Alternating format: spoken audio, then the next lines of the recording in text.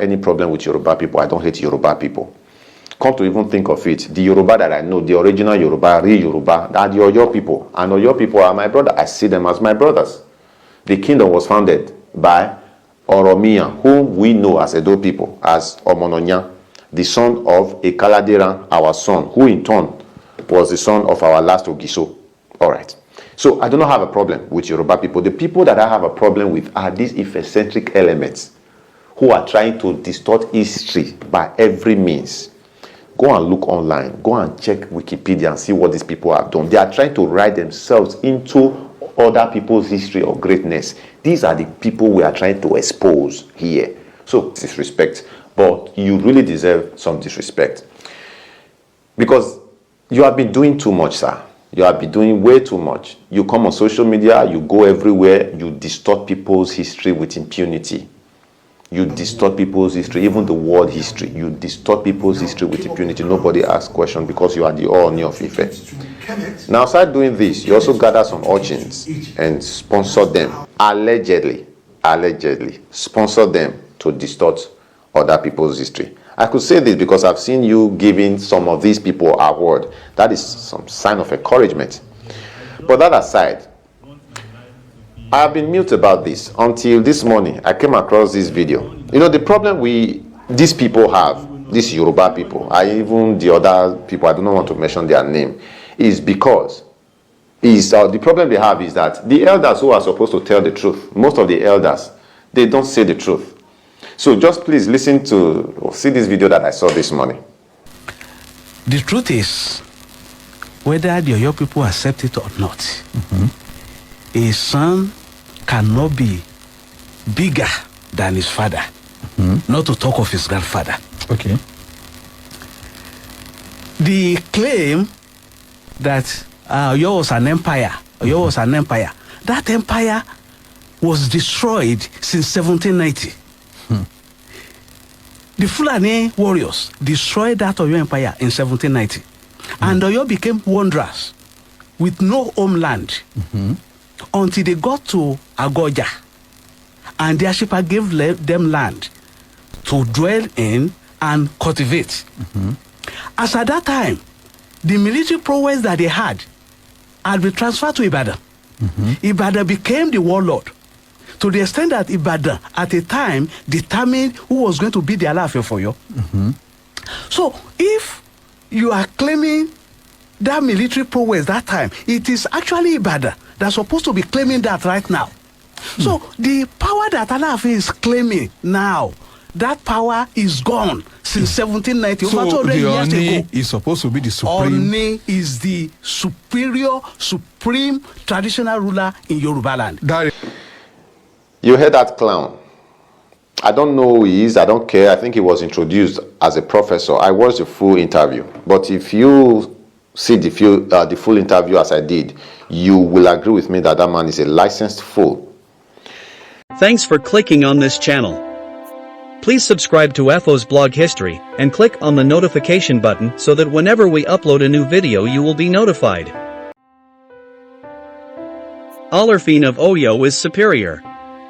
The first Ooni was not among the Oduduwa children, he was the chief priest, that is, the one who knows how to call the gods. This supremacy tussle between the Alaafin of Oyo and the Ooni of Ife doesn't concern us at FO's blog, but because our primary mission is always to search for the truth without fear or favor. After much research, we discovered that Alaafin of Oyo was superior to the Ooni of Ife because the Ooni of Ife is just a chief priest.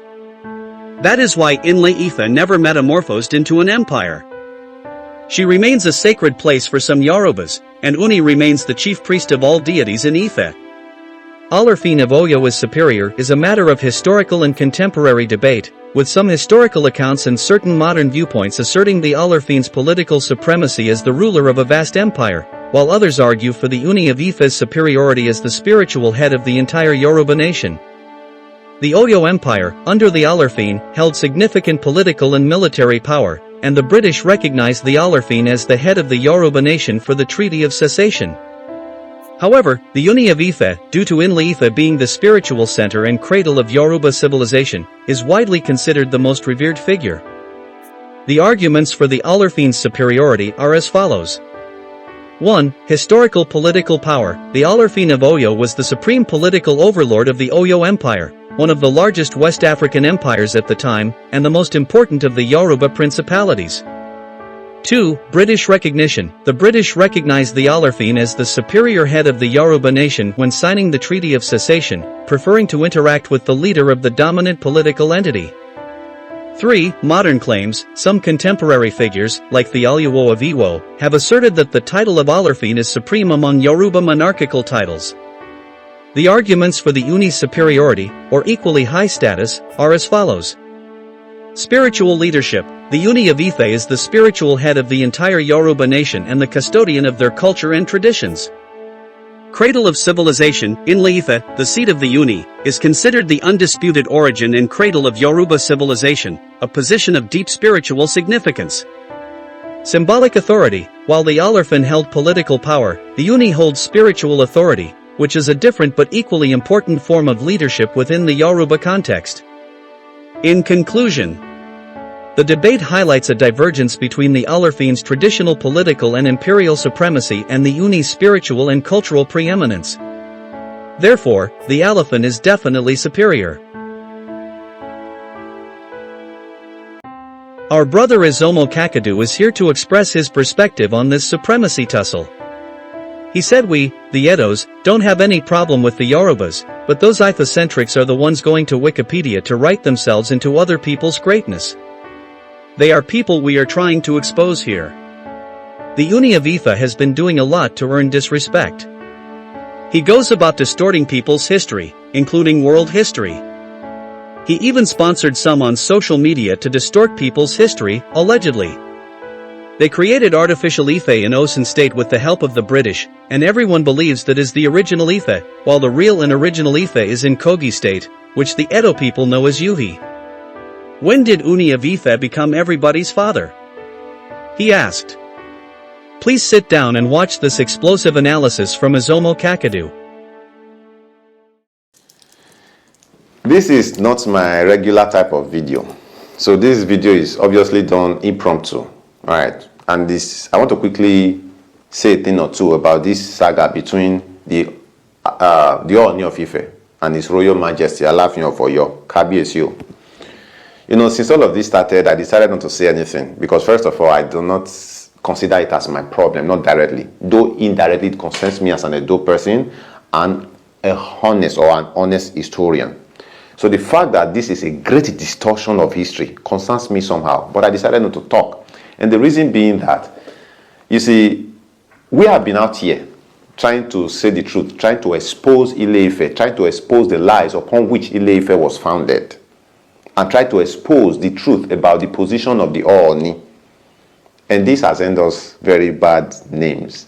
They have labeled us very bad names. Some Yoruba people come to our comment section, they even come to our inbox. Yoruba people, most of whom of course are Ife-centrics, and while others are just general Yoruba people, some of whom might even be from Oyo. They come and say, why do you hate Yoruba people? For the record, I don't have any problem with Yoruba people. I don't hate Yoruba people. Come to even think of it, the Yoruba that I know, the original Yoruba, real Yoruba, are the Oyo people. And Oyo people are my brother. I see them as my brothers. The kingdom was founded by Oromiyan, whom we know as Edo people, as Omononya, the son of Ekaladeran, our son, who in turn was the son of our last Ogiso. All right. So I do not have a problem with Yoruba people. The people that I have a problem with are these Ife-centric elements who are trying to distort history by every means. Go and look online. Go and check Wikipedia and see what these people have done. They are trying to write themselves into other people's history of greatness. These are the people we are trying to expose here.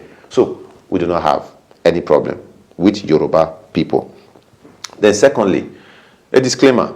I'm not here. I will try not to disrespect the Ooni of Ife. Though my sir, with all due disrespect, you deserve some disrespect. To be honest, don't take this as disrespect, but you really deserve some disrespect. Because you have been doing too much, sir. You have been doing way too much. You come on social media, you go everywhere, you distort people's history with impunity. You distort people's history, even the world history. You distort people's history with impunity. Nobody asks questions because you are the Ooni of Ife. Now, aside doing this, you also gather some urchins and sponsor them, allegedly, sponsor them to distort other people's history. I could say this because I've seen you giving some of these people award. That is some sign of encouragement. But that aside, I have been mute about this until this morning. I came across this video. You know, the problem these people have, these Yoruba people, even the other people, I don't want to mention their name, is because the problem they have is that the elders who are supposed to tell the truth, most of the elders, they don't say the truth. So just please listen to or see this video that I saw this morning. The truth is, whether the Oyo people accept it or not, a son cannot be bigger than his father, not to talk of his grandfather. Okay. The claim that Oyo was an empire, that empire was destroyed since 1790. The Fulani warriors destroyed that Oyo empire in 1790. And Oyo became wanderers with no homeland until they got to Agoja.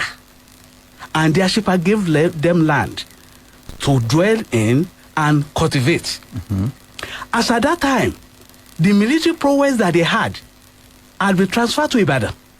Ibadan became the warlord, to the extent that Ibadan at a time determined who was going to be the Alaafin of Oyo.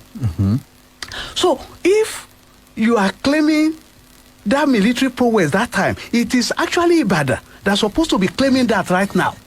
So the power that Alaafin is claiming now, that power is gone since 1790, So over 200 the years Ooni ago. is supposed to be the supreme. Ooni is the supreme traditional ruler in Yoruba land. That You heard that clown.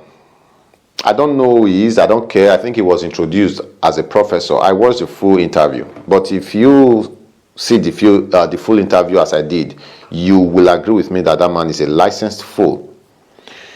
You know, this is how they get you. This is how they get you. They say that the Ooni of Ife is your father. Why? Because they made you believe that all of you came from Ilefe. So we have all of you. This affects us as a people too, as Edo people. The British did all of this, all right? They created Ile-Ife as a duplicate of the original Ife. The original Ife, which the Edo people know as Uhe, in the Niger-Benue confluence. Around the Niger-Benue confluence. In today or present-day Kogi state. That is the original Ife. They made a duplicate here and called this one Ile-Ife. And put Ooni there. Whereas in the original Ife, there is Oonu. So they told you that this is where you come from. Ile-Ife. So, because you believe that you came from this Ile-Ife that was not even in existence when your kingdom was founded, you now see the Ooni of Ife as your father. So this is the trick they use on you. You heard that man there just now. He said, how can a son be bigger than the father? Since when did the Ooni of Ife become anybody's father? Papa. And this is not just peculiar to only Oyo. Even our own people who don't know. Which is why we're trying to tell you the truth. Since when did the Ooni of Ife become anybody's father? But they can say this because they made you believe that you came from Ile-Ife. Now, let's analyze what this man said. This man somehow said or touched on the history of Oyo and also on the history of Ibadan, right? So he said he agrees that Oyo was once an empire and it was very powerful. We have that agreement. But he said in the 18th century that power, that might passed from Oyo to Ibadan. And he said the people of Oyo, they were wondering as if they were like 100 people. The power passed from Oyo to Ibadan. Great, no problem. I don't want to argue with you. Now you have said something relating to the history of Oyo and Ibadan, but something you failed to do. Being a defendant of the Ile-Ife, How come you did not say anything about Ile-Ife? You did not touch on the history of Ile-Ife. So, Oyo was a great empire, and Ibadan was also powerful at some point. Where was Ile-Ife at this time, sir? Was Ile-Ife in existence? If you say yes, please show us evidence. If it was in existence and it was as relevant, as powerful as you all claim, please show us evidence. They don't exist. They don't exist. And the man even openly said a lie that Ibadan was choosing the Alaafin of Oyo. It is not on record, sir. It is not written anywhere. None that I know of. You can also your urchins, this is eccentric, they can come and show us. Because the record that we have say otherwise. That Ibadan, they at some point, I think in the 20th century, in the 18th century here, 19th century, they imposed an Ooni on the people of Ile-Ife. And the reason they did that is because they wanted the Ooni to act freely, to have the backing of Ibadan, because Ooni was powerless. Ooni was powerless. You know, when the British did this thing, it took them a lot. It took them a lot to try to impose this on everybody. Starting from the people of Ife, the original people of Ile-Ife, they rejected it. They rejected this position of Ooni. They fought. It is on record that Ile-Ife was governed by 4 set of chiefs, the Mowa and the rest. I don't remember their names. 4 set of chiefs. Even when the British imposed this Ooni on them, after they accepted, the Ooni was just like an action figure. Ifa, Uriawu, and they now came up with a crown from Oduduwa, and they now took it to Kemet, and from Kemet they took it to Egypt, and that's how pharaohs in Egypt emerged. So it's called Ifarawo. The crown that they took from Ife is Ifarawo. Now the kings of Egypt, they're called pharaohs. Even when the British imposed this Ooni on them, after they accepted, the Ooni was just like an action figure. Ooni was and still is an action figure until yesterday. So these 4 chiefs would choose, they handpicked, they single-handedly chose who was to become Ooni. And it is on record that they chose the person to occupy that position of the Ooni based on their own needs.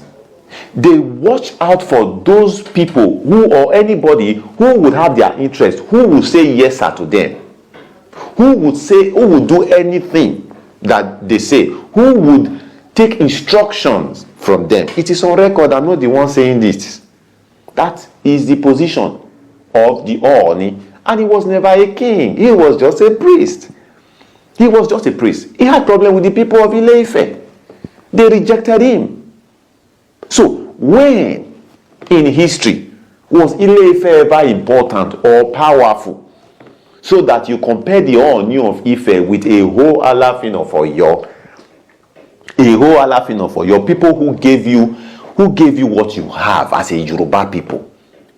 People who earned you the respect that you have. They even gave you a name, a unifying name, Yoruba. You are bringing them down to elevate a priest. The chiefs will handpick who is to become the Ooni. And once the Ooni maybe started to misbehave or was no longer listening to them, wouldn't do their biddings, what do? They eliminate them. They eliminate them. They buy them. Most of the time, by poison, they just poison them and they die. And they unalive them with poison. It is on record. It is on record. It is the British who gradually they started to back up the Ooni of Ife. They started to back him up. They started to give him power. They were not taking power from these 4 chiefs and elevating him. And it caused a lot of problems. Even the women of Ile-Ife, they revolted. They protested. They went to the gate of Ooni. They wanted to eat him raw. It was still the same British people who came to his aid. He quickly sent a message to the British people and they came to his aid. But you know, the funny thing is, even the same British who have been trying, because they are still there, they are still the one doing all of this, either directly or indirectly through their British instituted government. Even the British who did all of this still recognized, it is on record, they still recognize the position of the Alaafin as the head of Yoruba. As the head of Yoruba. As the head of Yoruba. Ile-Ife, until I've been out here for a very long time now, challenging these Ife-centric people, challenging all these professors. You know, this, like this one now, this old man who calls himself a professor. I don't know how some Yoruba, not all, I don't know how some Yoruba get their professorship. Probably from the same school where all these professors that we have on social media, you know, end theirs. Let's not make this video too long. All right. It is very simple. What I'm saying is, with evidence, you see this Ile-Ife and the Ooni of Ife, they are not older. They are not older than the 18th century. So if they are not older than the 18th century, how come they are claiming that the whole world came from them? 18th century here, that is 17 something. You see the list of Ooni that you see online, especially on the website of the Ooni, they are fake, which is why you will not see dates. There are no dates. There are no dates. From the beginning till, I think, was the first one they dated, that's even in the 18th century. There are no dates because they did not exist. Those people never existed. How come, all those who are historians or students of history, how many history books have you seen?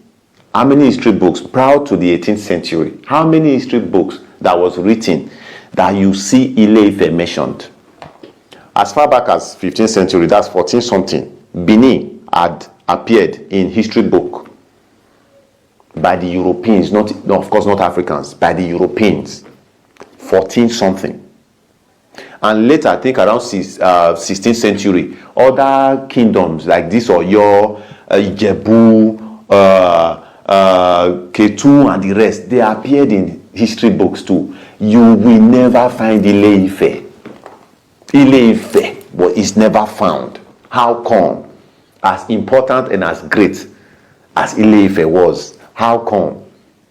Now, some are saying it was some stupid people, all these eccentric. They say it was inland or something. I don't know how they describe it. Maybe it was hidden. A great kingdom or empire. Some say it's even empire.